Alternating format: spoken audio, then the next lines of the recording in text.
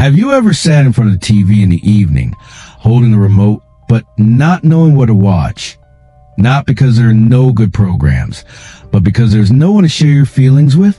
Those long evenings, when the sound of the TV becomes the only sound in the house, when dinner is just a clinking of chopsticks against a bowl.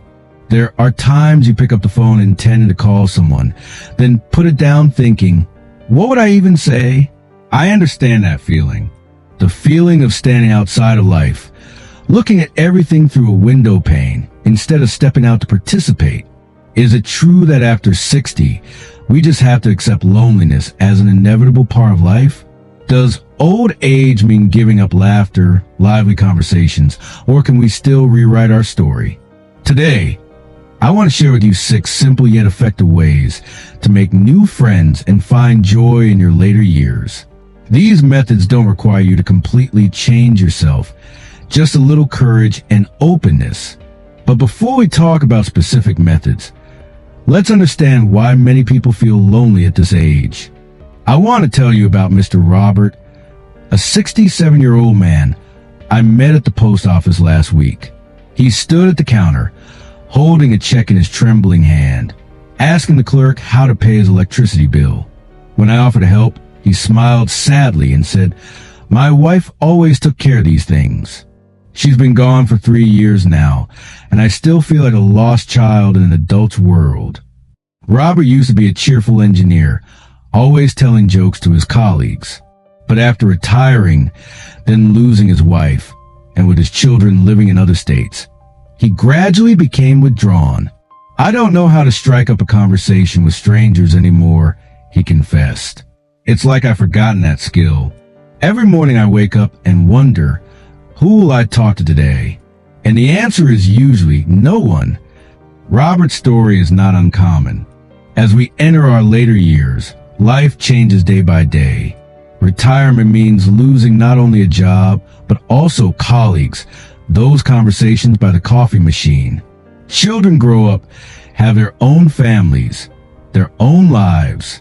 Some old friends move away. Some pass away.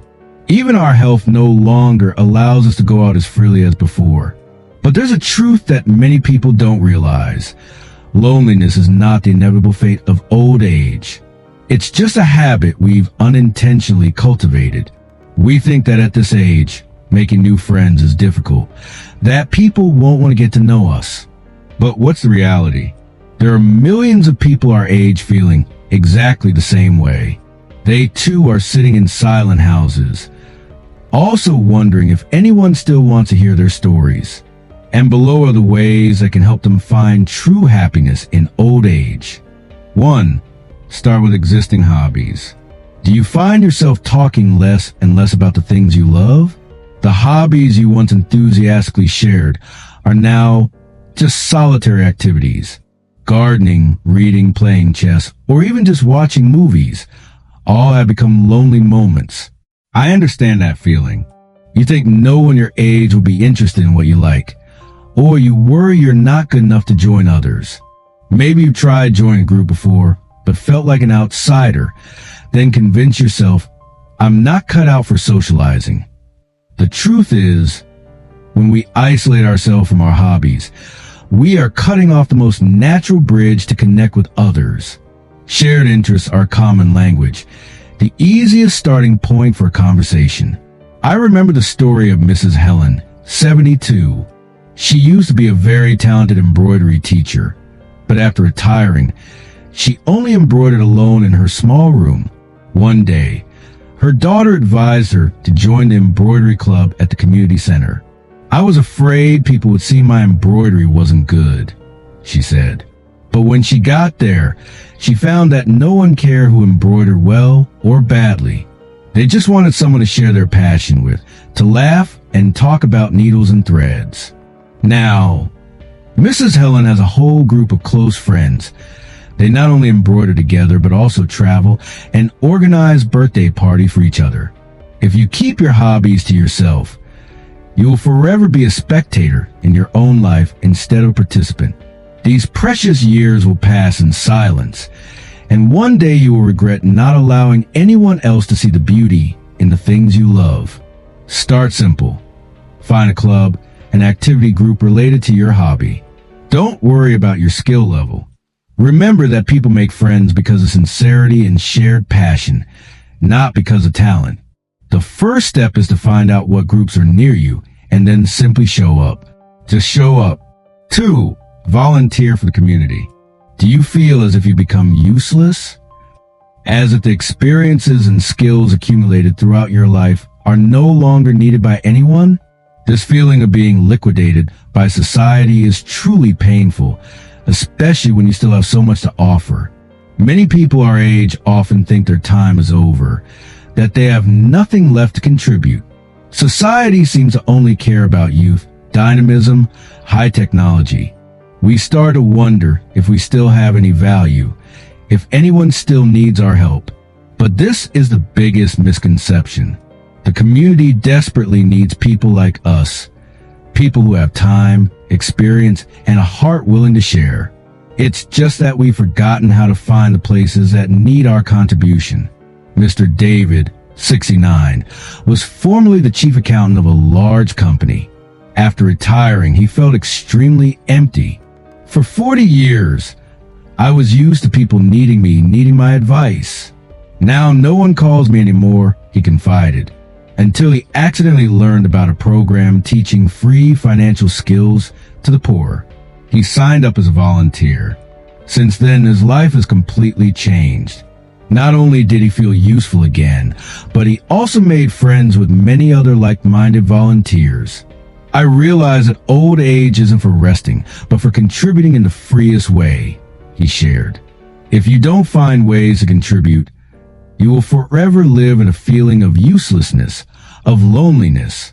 Your valuable experiences will die with you instead of being passed on to the next generation. And more importantly, you will miss the opportunity to meet like-minded people, people who also want to do good. Start by contacting local charities, schools, hospitals, or community centers. Ask them what they need volunteers for. Don't think about what you can do, but ask them what they need. Just a few hours a week, you will feel needed again and naturally meet new friends with the same kind heart. Let me know in the comments. Have you ever participated in any volunteer activities? Or what hobbies of yours could connect you with others? 3. Learn something new. Have you ever caught yourself saying, "I'm old, what's the point of learning anything new?" Or when you see courses, you think, "That's for young people, not for me?" The feeling that your brain has expired, unable to absorb anything new. I understand that hesitation. We're afraid of being laughed at when sitting with younger people, afraid of not keeping up, afraid of becoming the out-of-place old person in the classroom. There are times you want to try something new, but then convince yourself it's too late. But the truth is, our brains are capable of learning until the very end of our lives. And more importantly, learning isn't just about gaining knowledge. It's also about meeting people who share that desire to learn. These people are often very interesting, open-minded, and always ready to share. Mrs. Margaret, 74, used to be as scared of computers as of ghosts. But when her granddaughter, who lived far away, wanted to video call her, she decided to sign up for a computer class for seniors. "The first week I wanted to give up because I felt so stupid," she recounted. "But then I discovered that the whole class was in the same boat. We laughed at each other's silly mistakes and got through each lesson together." Now, not only is Mrs. Margaret proficient with computers, but she also has a group of student friends who regularly meet for coffee and show off their newly learned skills. If you stop learning, you stop living. An unused brain will degenerate faster, and you'll increasingly narrow your world. Opportunities to meet new people, interesting conversations about new topics will never come your way. Find out about courses for seniors at community centers, libraries, or local colleges.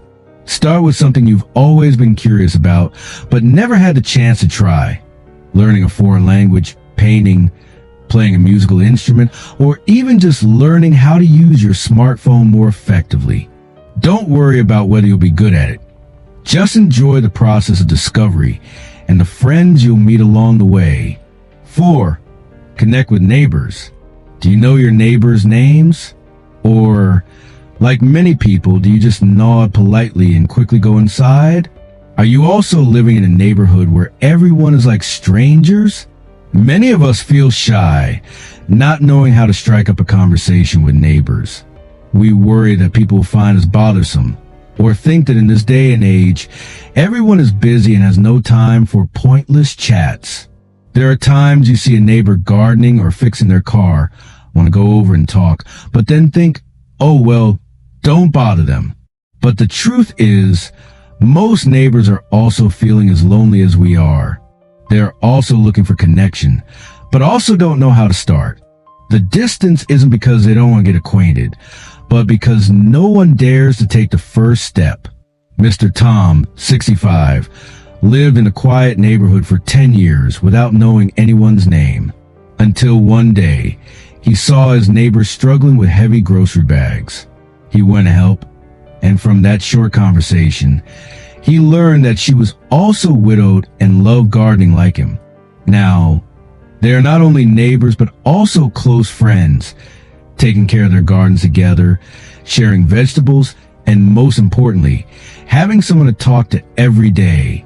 The best friend sometimes lives right next door, Mr. Tom said. If you never open up to your neighbors, you will forever be a stranger in your own neighborhood. When there's an emergency, no one will know to help. When you're lonely, you'll sit in your house looking out the window at other lit houses, but feel as if they are in another world. Start simple.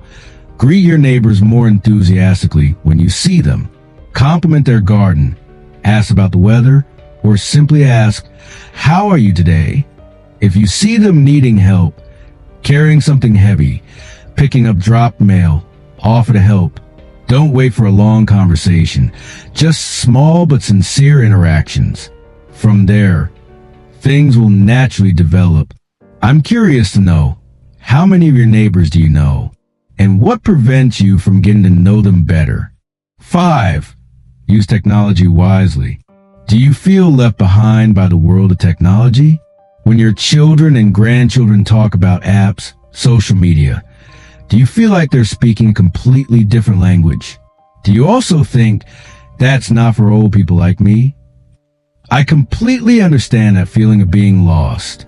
We grew up in an era where everything was direct, face-to-face. Now, people make friends via computers and talk on the phone without meeting. This makes us feel alienated, even a little scared. Is it safe? Will I get scammed? But the truth is, technology is just a tool. Just like the landline phone of the past helped us talk to people far away, the internet now helps us connect with people who share our interests and our circumstances all over the world. There are millions of seniors using technology to find friends, share experiences. Mrs. Linda, 70, used to be scared of Facebook like the plague. But when her daughter created an account for her to see pictures of her grandchildren, she started exploring. She found a group called Orchid Lovers Over 60 with over 5,000 members. I never knew there were so many people my age with the same hobby, she said. We share how to care for orchids. If someone is sick, everyone encourages them. Some people even organize meetups at flower shows. Now, Mrs. Linda not only has online friends, but has also met many interesting people at offline gatherings. If you completely reject technology, you will miss out on a vast world of people in similar situations with similar interests. While your children and grandchildren are busy with their own lives, there are strangers online who are ready to listen and share with you. Start simple. Ask your children, grandchildren, or friends to help you create a Facebook account. Search for groups for seniors or groups based on your interests. There are apps like Stitch designed specifically for people over 50 to make friends. Don't worry about not knowing how to use it. Learn slowly. The important thing is that you start to open a new door. 6. Participate in religious or spiritual activities. Do you feel like you're searching for something deeper in life? Are there times you wonder about the meaning of your remaining years, about whether you've lived right? This feeling of spiritual emptiness is very common at our age.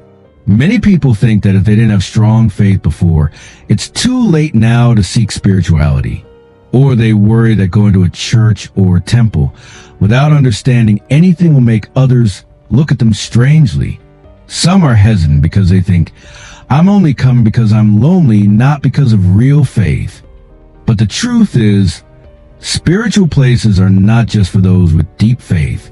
They are also for those who are seeking peace, meaning, and most importantly, connection with a community.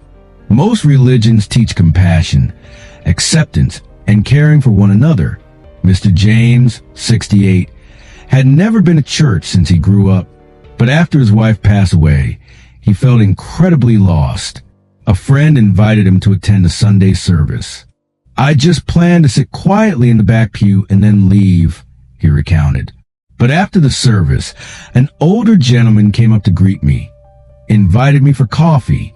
Then I learned they had a group for widowed men who met every week, not just to talk about faith, but also to share about life, about how to overcome grief. Now, Mr. James has not only found spiritual peace, but also a group of friends who understand and share his circumstances. If you ignore the spiritual aspect of life, you may forever feel empty, lacking meaning. The big questions about life will remain unanswered, and you will miss the opportunity to connect with people who share your longing for inner peace. Try visiting a few different places, a church, a temple, a meditation center, or even just a yoga group. Don't worry about whether you are qualified enough. Most of these places welcome anyone seeking peace. Start by attending open gatherings. Don't commit to anything. Just go and see if it suits you. After hearing these stories and advice, what are you thinking? Are you also wondering, am I brave enough to try one of these methods? Or are you thinking, it sounds good, but will it really work for someone like me? I understand that hesitation. But remember that every person in the stories I just told, Mr. Robert, Mrs. Helen, Mrs. Margaret, Mr. Tom, they too once stood exactly where you are now, lonely, hesitant, and wondering if they still had a chance to make new friends. Loneliness is not a punishment of old age. It is just a temporary phase that anyone can overcome. Every new friend is a door opening to new experiences, new stories, new laughter that you never imagined. Your later years don't mean the end. They mean the beginning of a new chapter with the wisdom and freedom that only age can bring. You don't need to completely change yourself. You just need to be brave enough to open the door and step outside. You deserve meaningful relationships. Don't let loneliness convince you otherwise. Choose one of the 6 methods I just shared and try it this week. Just one small step. If this video touched your heart, please share it with someone who might need to hear these words. Leave a comment letting me know which method you plan to try. Perhaps your story will inspire someone else. Subscribe to the channel to explore with me ways to live fully at every stage of life.